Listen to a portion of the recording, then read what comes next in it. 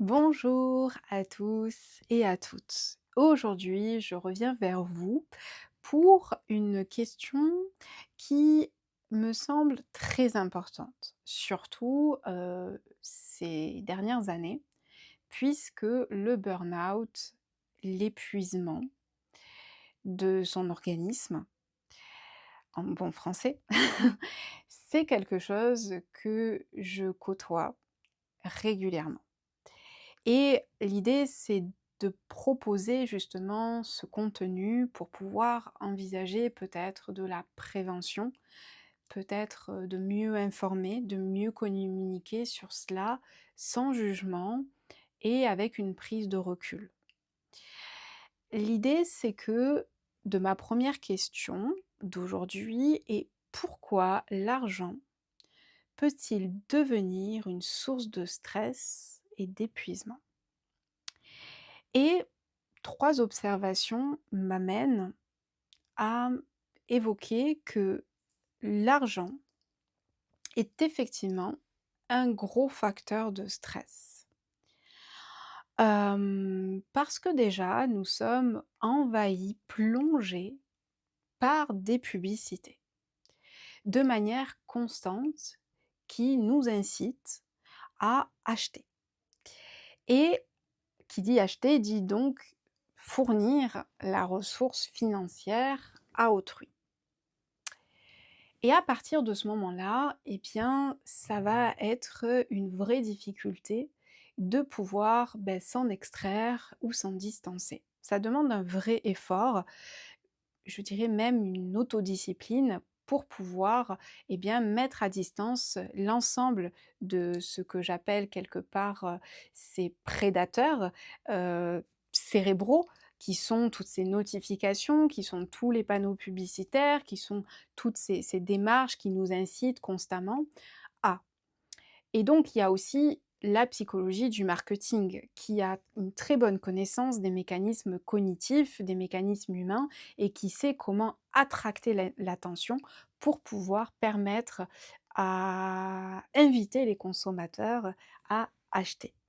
Et donc à partir de ce moment-là, ça me semble être le premier obstacle et le premier facteur essentiel, l'environnement dans lequel on vit qui nous incite à consommer, à dépenser. Et quand on n'a pas suffisamment pour pouvoir accéder à telle ou telle chose, eh bien ça peut engendrer une frustration, donc une émotion complexe, désagréable, qui si elle se pérennise, va engendrer un stress sur le long terme, voire l'épuisement. Ensuite, il va y avoir la question de la peur du rejet. C'est-à-dire que quand on n'a pas suffisamment de moyens, bien évidemment toujours par rapport à notre propre norme à nous, eh bien on va avoir tendance à vouloir acheter des choses, à vouloir, dépenser dans des choses pour justement faire partie du groupe, le groupe qui peut être plus ou moins large. Et à partir de ce moment-là, on va, dépenser des fois à outrance sans réaliser que l'on peut se mettre en danger. Et aussi, on va, soit dépenser, mais en se disant: «Il faut que je travaille plus derrière pour renflouer la dépense qui a été effectuée». Et là, vous voyez comment une boucle commence à se dessiner. En sachant que je parle de la peur du rejet, mais il y a aussi la volonté des fois de combler, certains besoins, émotionnels. Par exemple, il est très connu que l'on a tendance à manger ses émotions quand quelque chose ne va pas et à partir de ce moment-là, on va dépenser en nourriture, en vêtements, en diverses choses pour combler ce vide, ce manque, cette, tension que nous avons à l'intérieur et là encore, eh bien, ça se fait malheureusement ou heureusement, je ne sais pas, sans limite et ce qui fait que, eh bien, on va avoir un stress financier parce qu'on va voir l'argent qui sort, mais on va voir que, c'était pas l'idéal pour nous. Et en troisième point, le stress financier va aussi être lié à ce qu'on a évoqué dans d'autres vidéos, qui est la question du tabou et le fait qu'on préfère un petit peu la, posture des fois de l'autruche. On n'est pas au courant, on n'a rien vu, on ne sait pas.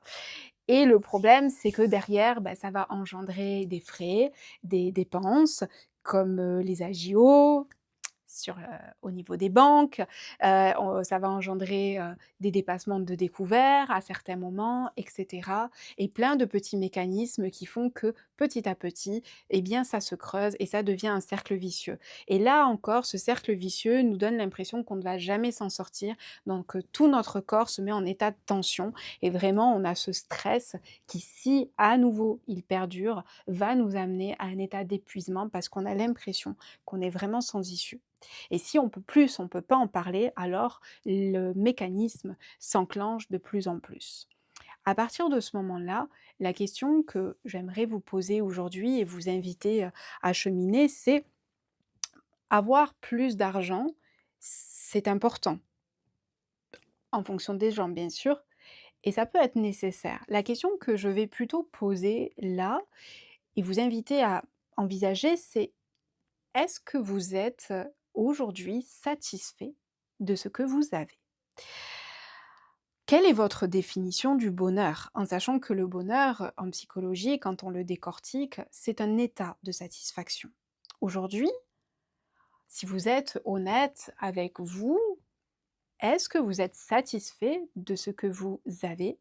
Et si ce n'est pas le cas, qu'est-ce qu'il manque? De quoi auriez-vous besoin? Et est-ce que c'est quelque chose qui s'achète? Parce que, par exemple, des fois, on peut être dans un état de solitude, on peut manquer d'attention. Et ça, c'est pas des choses qui vont s'acheter.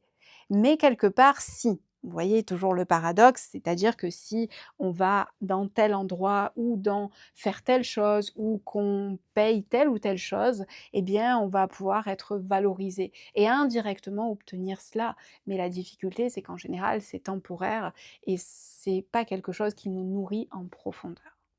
Donc vraiment de pouvoir peut-être questionner, est-ce que vous êtes satisfait aujourd'hui de votre vie, de ce que vous y trouvez ou pas? Et si ce n'est pas le cas, de quoi auriez-vous besoin? Est-ce que c'est quelque chose qui se monétise?